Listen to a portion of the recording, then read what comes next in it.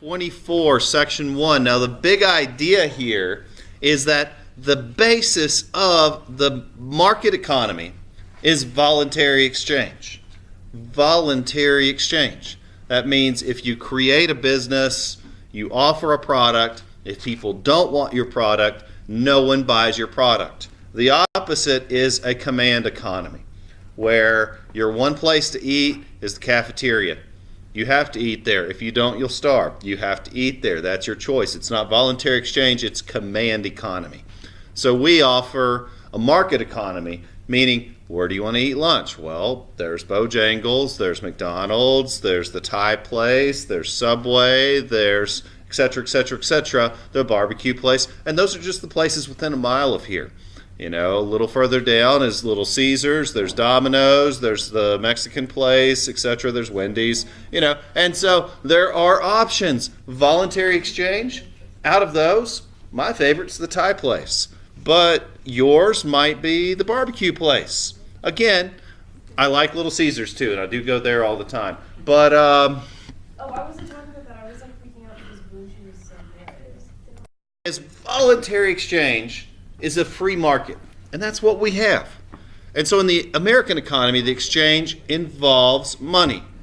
The ancient system is one of barter, that you would walk into the restaurant and you would offer something of value in exchange. But that gets complicated since we're dealing with a large population. You know, McDonald's doesn't just have a safe full of gold and jewelry and whatnot in the back that they are later going to exchange for other gold and jewelry and whatnot in the back.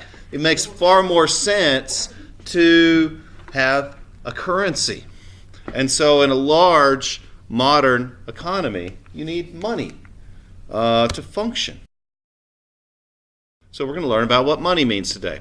And so a few terms we'll see: coin, currency, bank, savings and loans, credit union. First question I want to ask is, do you trust the stability of our financial system? And I want to answer this question for you. You do, because you're using it. You use it every single time that you exchange currency. Use it every single time that you buy or sell something. So you absolutely trust the stability of the system. Because if you didn't, you'd start hoarding gold. Now, here's a fun fact. You can also monitor the stability of an economy by tracking the value of gold. When the price of gold goes up, that's a scary thing for the economy. When the price of gold goes down, that means most people trust the stability of the financial system. So, fun fact, if you're going to invest in gold, do it during a time when the economy is at its best. Because conversely, the price of gold will be at its lowest. Gold has an objective global value, meaning that its worth is not relative to the stability of a financial system. But the worth of the American dollar fluctuates. It goes up, it goes down, it goes up, it goes down. So, anyway. Now, money.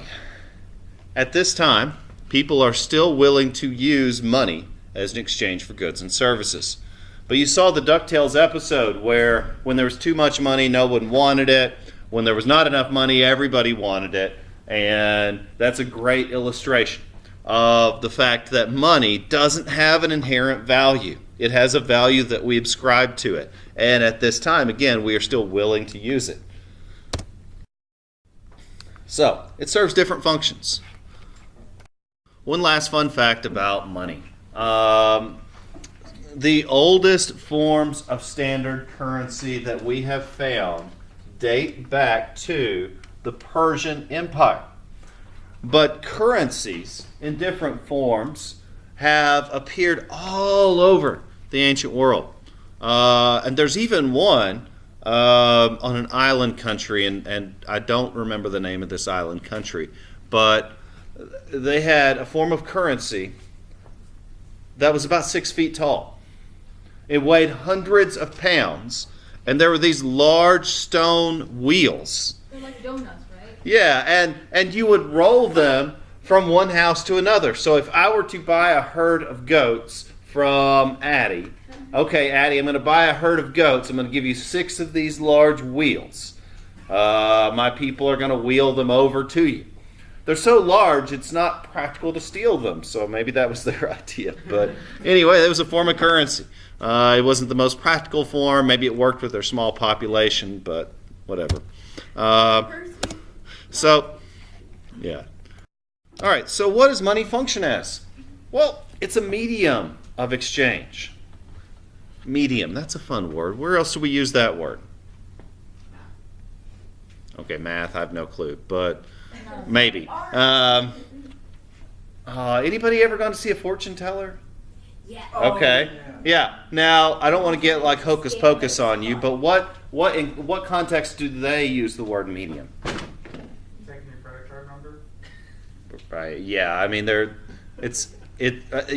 are usually required by law subtitles somewhere that say this is for entertainment purposes only. So don't take it too seriously. But in terms of a fortune teller, if you go to have your fortune read, and remember, entertainment purposes only, but some will claim to be a medium, meaning that they can act as a go-between for this world and the next. It's maybe even a representation of exchange. So if I have a goat and I want to sell it to you, and I want to use that goat to buy an Xbox, well, you don't have an Xbox handy. It's more convenient for you to buy the goat for $100 than have to go find an Xbox. Instead, you're just going to give $100 for the goat. So it's a medium of exchange. Not the greatest metaphor, but finally, it's a store of value. A store of value, meaning that it doesn't have inherent value. A $100 bill did not cost $100 to make. It cost the paper, the ink, and then whatever the little secret security thing they have, the strip in the inside. Doesn't cost them $100 to make. Probably a few cents. It's a store of value. They're not making the penny anymore because it costs more to make the penny than it is worth. And that defeats the purpose. It's a store of value. It's not inherent value. And then finally, it's a measure of value. It costs just as much to make a $1 bill as it does a $100 bill. Yet, one is worth far different than the other, just because of the number. Again, it's just a measure of value.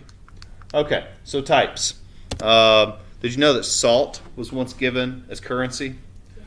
Roman soldiers were paid in salt, is the famous story. Because salt was so valuable in the ancient world because it was the only way to preserve meats. Hides were given as currency. Folks like Daniel Boone traveled all over the wilderness, partly because that was their personality, but they were also collecting hides, which had an inherent value, and were often traded with native peoples. Gems, tobacco, etc., but coins. And by coins, I'm talking about the metallic form of money, pennies, nickels, dimes, quarters, etc. But then also there is currency. This could be coins and paper money. Coins and paper money. But now, what gives these value? And this is where it gets a little more complicated. At the beginning of our country's history, we relied on the gold standard. That means that each dollar was backed up by a dollar of gold, which once again has a global objective value. We don't do that anymore. We're too large a population. There's too much money in currency to be able to back it up all by gold, or even gold and silver. So that means that confidence in money gives it its inherent value. Basically, the strength of the economy is what makes the dollar strong. When the economy goes down into the toilet, the exchange rate of the American dollar goes down. So I was really lucky. When I went to Brazil, the dollar was at an all-time high. And so that meant that for every one American dollar, it was worth 3 Brazilian dollars. That means, honestly, the 8 weeks I lived there, man, that's the wealthiest I've ever been. Because the money that I saved up for that trip was tripled when I went down there. And that's all because of this reality right here. That confidence in money gives it value. So we went to fancy restaurants all the time. We bought cool souvenirs. It's the only time I've ever used a taxi. All kinds of fun stuff. We would go travel like different places. I got to live like a wealthy person. And then I got to go back and be poor. But, whatever. Yeah. Now, money, again, could be anything. It could be salt. It could be hides. Sure. It's anything that people are willing to accept in exchange for goods or services. I like to use Facebook Marketplace to trade. It's a little more convenient than having to sell something, which you can never really sell your products for what you would like to sell them for anyway. So I like to try to trade. And I'll even go for the long sell. I've had some items on GearSwap for over a year, and I'm just waiting for somebody to bite. Somebody tried to low sell me or low ball me, and I told them I'll just hold on to it. They're like, okay. And then they said something snarky in reply, and I'm like, whatever. I can hold on to that thing as long as I want to. And that's my business. I can choose to trade that thing.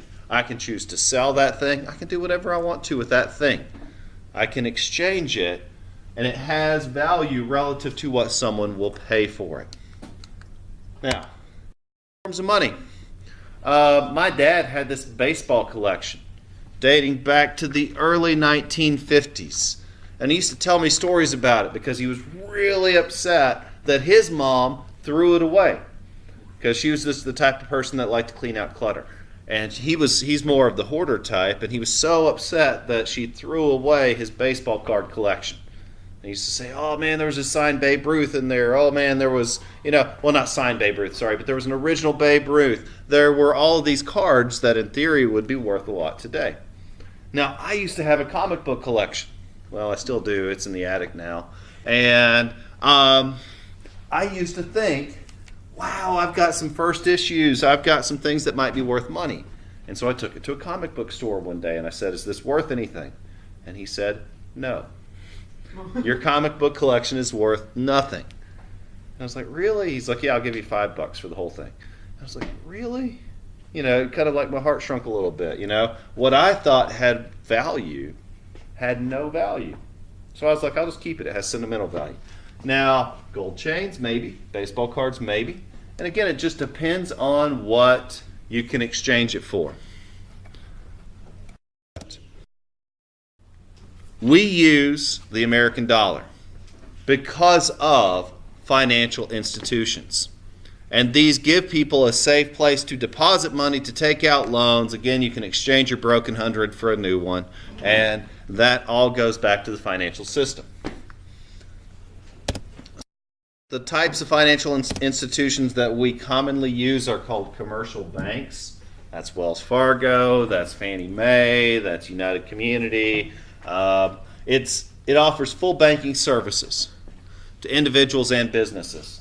So Mass General Store might go through United Community. I don't know who they go through, but they've got to have somewhere to take their cash at the end of the day. And then when you use a debit card at Mass General Store, it routes through a financial institution, meaning that third party is taking your money and putting it into their money. And it's all handled paperlessly. It's far more secure.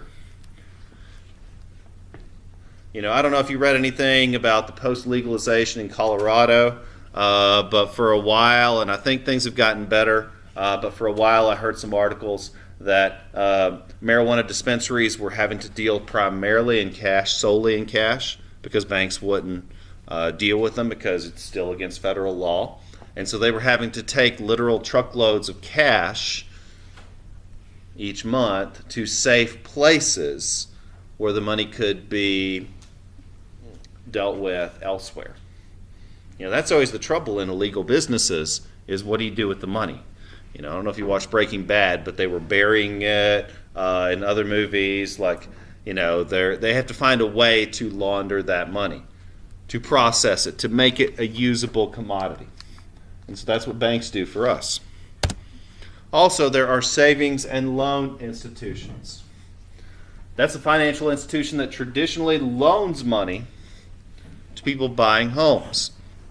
You know, there are some banks out there that deal strictly in loans. Uh-oh.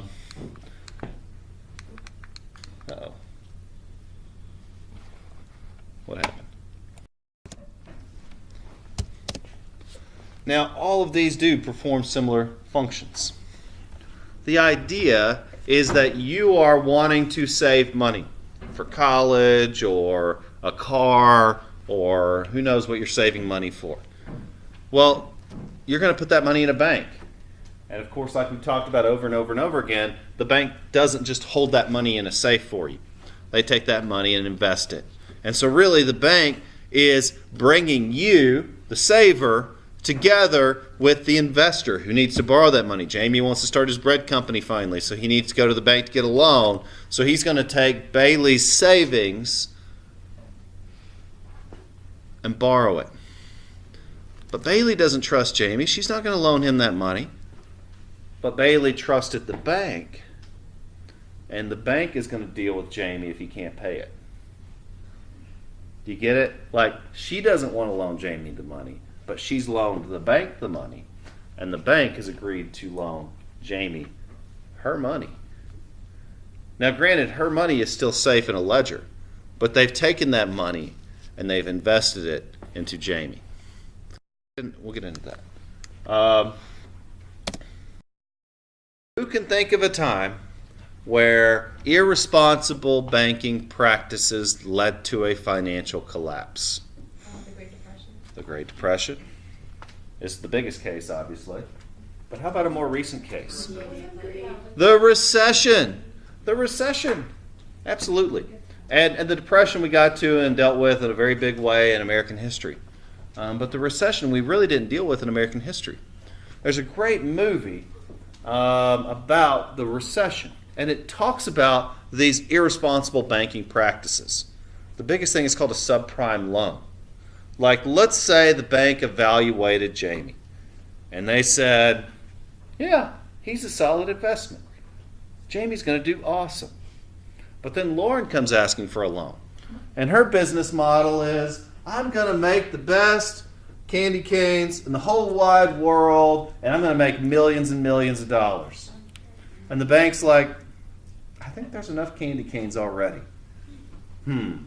Doesn't sound like the safest investment. We still get a return on it. We loan her the money. She still has to pay it back with interest. Why not? That's called a subprime loan, meaning that her likelihood of being able to pay her debt is low. But they're going to offer her a loan at a very high interest rate because why not? They still could make money. It's a gamble. Now, here's what the bank's going to do. They're going to loan her the money, and they're going to sell that loan, called a subprime loan, to another bank. And so say Con is the other bank. Con is going to gobble up and buy all these subprime loans at a discount, and he'll lose on some and he'll win on others. Guys, that is the underlying cause of the Great Recession, is subprime lending. Poor investments where regulation was created to make this safer because banks were doing a lot of shoddy investments and losing, and that affected us in a big way.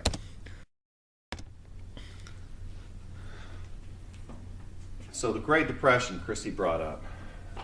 There were a lot of laws that came out of the Great Depression. One of the most significant was the Federal Deposit Insurance Corporation, or the FDIC. The FDIC insures every American's account up to $100,000. Every American's account up to $100,000. So that way, if United Community is involved in some shady lending, some subprime loans, and they go bankrupt because of it, because too many of them can't pay back, well, they go bankrupt. Your money is still safe. Bailey's money is still there because it's insured by the federal government. And so unless our entire financial system collapses, which there's a great case in history of that in our story, the Confederate economic system collapsed, required by the American federal government. So Confederate dollars became worthless. You can now buy them as like little souvenirs at museums because they're worthless. So each individual account is protected.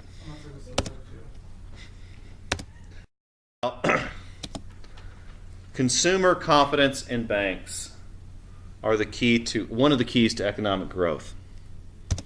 You see, when you put more money into the banks, and the banks take that money and invest more, well, that means that more people are able to access new businesses, more people are able to acquire new homes, more people are able to have cars. And guess what? That stimulates the consumer economy. If there's more money in banks, that means more money in circulation. And so consumer confidence in banks fuels economic growth. And so finally, the question of commercial banks versus nonprofit credit unions. I don't want to get into too much of the details there, but you can think about which is better, and you'll have to think about that someday when you need a loan, whether it's a car loan or a business loan or a home loan. You'll just have to think about, do you prefer going through a bank like United Community, or would you rather go through a nonprofit like the State Employees Credit Union? So.